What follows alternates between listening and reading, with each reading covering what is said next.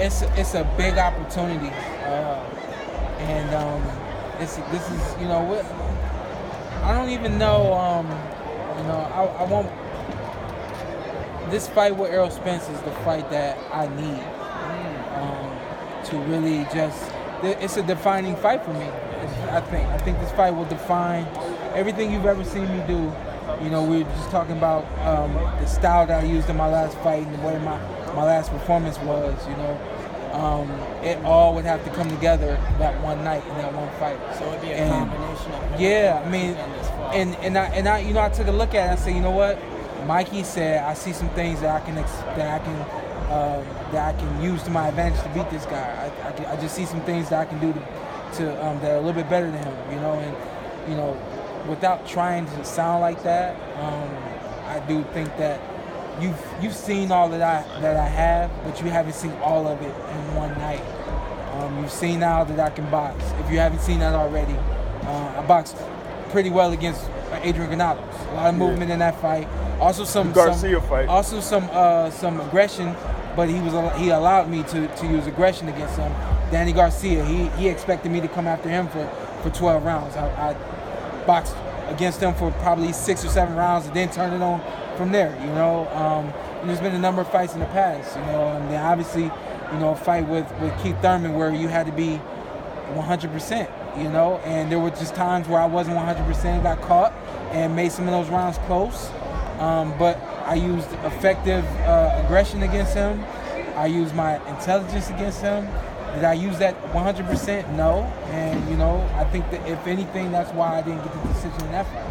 But saying all that to say, in a fight against Errol Spence, it has to be 100%, and it has to be everything that you've seen at the right times. And the best part about it is I'm not afraid to do it, and I know I have what it takes to do it. Are you doing anything different in your training now that you know you do consider fighting against Spence? I think the number one thing that I've gotten back to myself, there was a point in my career where I was fighting every couple months. And so the coin phrase is stay ready so you don't have to get ready. Once I, became a champion and so on and so forth over the last few years, and, fighting once or twice here and there, whatever, became a thing of if I'm not going to fight, then I'm not going to train the way I have always trained. So that's what I'm getting back to. I'm getting back to, I'm already back in the gym. I'm already back on my conditioning drills. I'm already back doing everything that it takes to be ready for whenever that call comes for that fight. So how will you be prepared mentally for that? This fight, I'll be prepared like I've always been prepared. I think, if anything, more prepared because I understand how big of an opportunity this is, and not from a pressure standpoint, but just the energy that I'm going to put into getting prepared and the energy that I'm going to have to put out the night of the fight.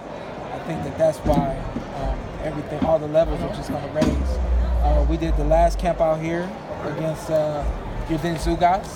Yeah. My dad says that he wants to come out here, kind of go back and forth from here in Vegas, so that we can get some of DC, some of the headbangers, and continue to do it the Porter way, And I mean, yeah, man, and just put it all together. That's how it's supposed to come together. Now, your willingness to fight Spence kind of like reminds me of former welterweight champion Shane Mosley, as he kind of like stepped up against all of the fighters that were out there. It didn't matter, who it was, how popular they were, how dangerous they were. Like, how do you see yourself being kind of like similar to Shane Mosley in that way, that you like to fight anybody no matter what? Well, you know what? I've always admired Shane. I've always admired Shane's skills. His skill set, to me, when he was at the top of his game, he couldn't be beat.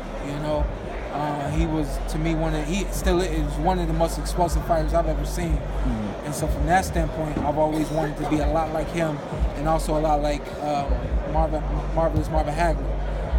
Blessed enough am I to have met Marvin Hagler and find out that the same man that I've tried to emulate and be like since I was 12 or 13 years old, I'm a lot like him, like I always wanted to be, both in and out of the ring. And the same goes for Shane Mosley. I've been blessed enough to be around him, blessed enough to have him work with me and teach me some things. And and just kind of blow my mind in the ring at how he, knows those just pro tactics and things like that. So for me to meet those two men that I've always admired, and to see that I'm a lot like those guys, both in and out of the ring, is definitely encouraging, and is the energy that I need to get ready for a fight like this. You talk about me taking on a guy that nobody really wants to take on.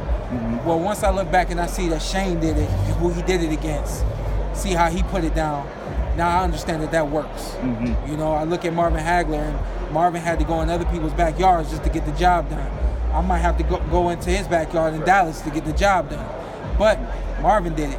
I love Marvin. I'm going to do it too. You know what I mean? Yeah. So to me, man, it's just, as I talk to you guys, I can just see all the puzzle pieces coming together. And, right now, all of it is just talk. I got to get in there and do it, man. The best part about it is, like I said before, man, I'm not afraid to get in there and do it. Right. Yeah. Joe right now from DC.